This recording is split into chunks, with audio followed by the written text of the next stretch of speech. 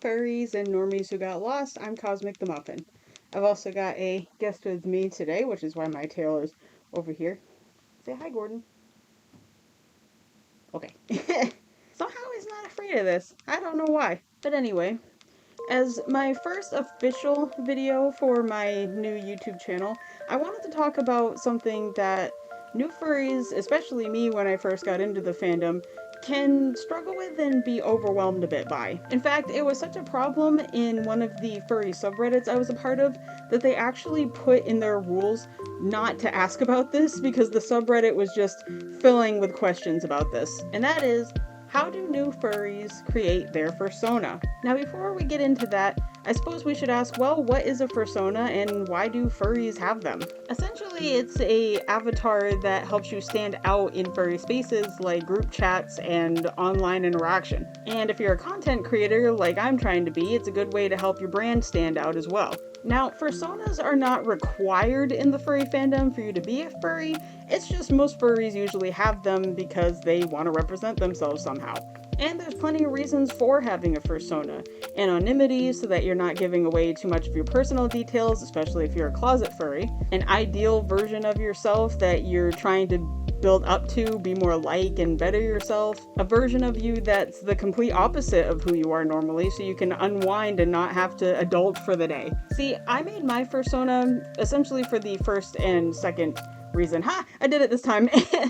I both wanted something to represent my brand as a furry creator, especially as an artist who's trying to make a business out of this, but I also made it as an ideal version of myself to build up to, because there's a lot of qualities about myself that I would really like to improve, and making a fursona with the qualities that I wanted has significantly helped me be that person. But why do people, especially new furries, have such a hard time making their fursona? Well, there's a number of reasons. You don't want to copy somebody else, you don't want to be a drop in the ocean, you don't know where to start because you feel like there's rules and checkboxes you have to fill. And unfortunately, on the opposite of that, sometimes people are so eager to get into the fandom that they search up furry profile picture, select the first thing they see, and essentially take somebody else's character.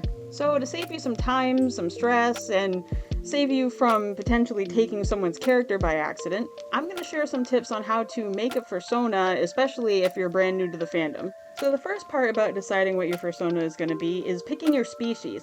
Now, the most common species type when it comes to fursonas is mammalian, because mammals have fur, it's right in the name, furry. But the range of species that people use for their fursonas has expanded tremendously since fursonas were ever a thing. Now people are using animals that don't have fur at all, like snakes, birds, fish even. There's even a large corner of the fandom that makes fursonas out of things that don't even exist, like dragons, original species made by an individual artist, even robots like protogens and synths. Heck, people make fursonas out of inanimate objects like planes. Now, because there's so many things to choose from, you might be feeling a little overwhelmed on how to pick in the first place. Well, let me go down the list on how to make that easier for you. The most common way to pick a species for your fursona is to just choose your favorite animal. You like horses? Be a horse. You like deer? Be a deer. Picking your favorite animal as your fursona might not represent you as a whole, but it represents your love for that animal in the first place. Now, the second way to pick a fursona is to not necessarily pick your favorite animal, but pick an animal with traits that best represents you. For example, my favorite animal is the shark. I love sharks, I just think they're cool. But I didn't think that their personality, so to say, really represented me. I felt I resonated more with house cats because they can go from being touch affectionate and social to being antisocial and closed off on a dime. And I can very much be like that. There are times where I love being surrounded by people, have lots of energy, and use touch as a sign of affection, and there are times where I'm like, please no one get near me, no one touch me, I just want to be alone. And I found that house cats had that same attitude as me, so that's why I chose one. I also chose a breed that has long fluffy hair like I do IRL, it's just under the mask. By the way, just because I chose a house cat as my fursona does not mean I think I am one. Now, animals don't have, or at least don't present personalities the same way that people do, but humans have given human traits to animals that have universally been agreed upon. If you're a coy but lovable trickster that likes to cause trouble and has gremlin energy, maybe a fox fursona would work for you. If you're a big hugger that also has a protective/defensive side, maybe a bearsona would work for you. And then of course there's the option of picking an animal whose traits are nothing like yours, either because you would like to have those traits or would like to pretend to have those traits. If you're trying to be more of a strong leader type that still operates with grace, maybe a lion fursona would work for you. If you're usually shy and timid but have a wild, party, punky side that you'd like to let out, maybe a hyena fursona would work for you. Then there's picking a fursona species just because they're cool, there's no other reason. You like anthropomorphic creatures but you're also a huge fan of sci-fi and computers, how about a protogen? You like trains? Be a train! There's no right or wrong way. Plus, you don't even have to have the same fursona that you started with. If you'd like to have the same fursona for a while, it helps to put some thought into it, yes. But there's no one and done stamp, okay, you made a fursona, you can never be anything else ever again. That's not how this works. If that was the case, I would not be wearing the Spirit Halloween mask. I don't intend on being a rabbit forever. And of course, you can also have multiple fursonas at a time. I do. The suit that I'm wearing right now is for my secondary sona, Passion the Wolf. While I do intend on finishing this suit because I have a head on the way, I also intend on getting a suit for Cosmic because she's my main sona and I would like to use her to represent me. That doesn't mean I have to get rid of Passion, that just means I'm gonna have two suits. And sometimes having multiple sonas helps you represent multiple parts of yourself when one just won't do. For example, Cosmic is more of my soft, sensitive, touch-affectionate side, while Passion is more of my headstrong, risk-taking, big sister energy side that I would like to have. So each of them serves a purpose. And of course, if you're really having trouble choosing a species because you like elements of one or more, combine them, make a hybrid. There's no right or wrong way and you can change it at any time. So now that you've chosen the species you want to represent you, now comes the more visual side of things, picking a color palette. Now, real quick, I will give one tip when it comes to choosing the colors for your sona. If you're going to make a fursuit out of your sona someday, it helps to make it fursuit ready. For example, patterns like galaxy print or like wallpaper textures are really hard to incorporate into a suit. Not impossible, because just look at Astra, but usually it will jack up the price because of how much extra work has to go into it, and sometimes it's not always possible to make a texture based off of what you're looking for. I'm gonna go more in depth into this when I make a video about fursuits as a whole, but my advice, like I said, if you're making a fursona that you intend to turn into a suit, don't just Google something like galaxy print wallpaper and stick it on your ref sheet. You can have a galaxy inspired sona, but a solid texture file will be really hard if not impossible to incorporate. With that said, let's get into how to actually find the color palette in the first place. The first way is to just have realistic markings.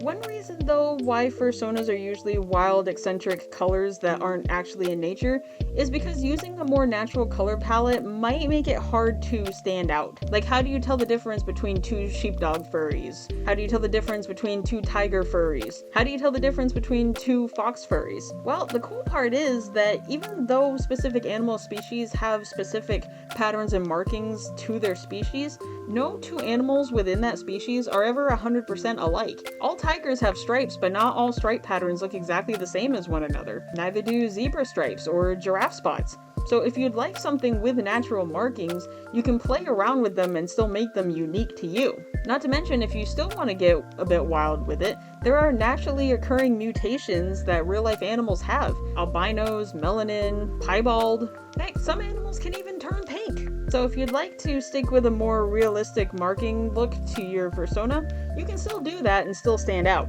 Next, you can have just wild and crazy colors, which most furries do anyway. You're not going to actually see a neon blue dog or green cat in the wild, but when it comes to fursonas, there's no color out of the question. While there's also no limit to how many colors you can have on a fursona, a certain number makes it easier to draw over and over again, especially if you plan on commissioning somebody for art in the future. Your fursona can be all one color if you want. It can be solid white, black, blue, green, whatever. Most animals have 3 essential markings to them though. A top coat, an undercoat or underbelly, and some kind of accent marking. Like, think of foxes, the red top coat, the white underbelly, and the black socks. You can use those natural markings to change the colors around. Like, you can have a purple top coat a blue underbelly, green socks. Of course, just like with your fursona, you can choose your favorite color or colors as a source of inspiration. You like purple? Be purple. Or if there's a specific aesthetic you're going for, you can pick a color palette based off of that. Are you trying to have a more beachy, summery fursona? Use some sandy orange, some seafoam green. You trying to make a fursona based off of a sunset? Use orange, pinks, and purples. Maybe a yellow belly to represent the sun. See, my favorite color is blue, but I chose black and purples and pinks for my fursona because I based her off of my love for the colors of galaxies. I found a reference photo I really liked that had purple and pink in it, and I made her spots kind of blobulous and circular to represent like galactic clouds. And of course, if there's specific objects you want to incorporate, you can use those for markings too. To continue with the space theme, I also put stars on Cosmic's cheeks. And of course, if you're having trouble deciding what you want, you can always use a random palette generator or free to use mood boards. That's what I did. Even though I had a aesthetic in place, I still used a mood board of both fursuit parts and color palettes to help get an idea of what I wanted Cosmic to look like. So to quickly recap in case I accidentally go all over the place, because I usually do, to help you find a color palette for your fursona, you can either be inspired by naturally occurring markings like browns, blacks, whites, reds, and so on. You can incorporate your favorite color into that, make it blue, make it green, make it purple. You can incorporate naturally occurring markings with your wild color choices, like a white tiger with green stripes, a blue giraffe with pink spots, and so on. You can base it off an aesthetic or a random color palette generator.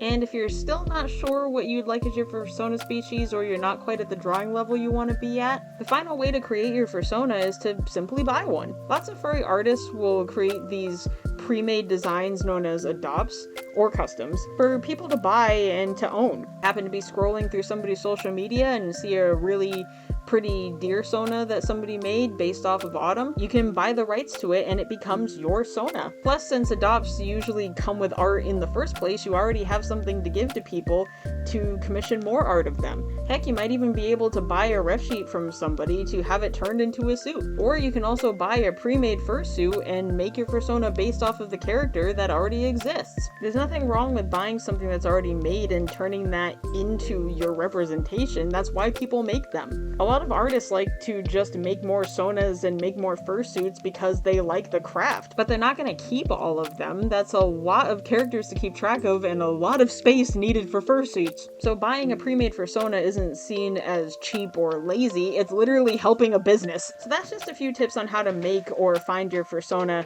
especially if you're just starting out like I did. Now, because I went kind of fast because this video was unscripted, feel free to ask questions in the comments of this video and I'll answer them as best as I can. But thank you for joining me for this video, and I hope I was able to educate and inspire you for your future fursona endeavors. I will see you next time, and I love you all. Mwah.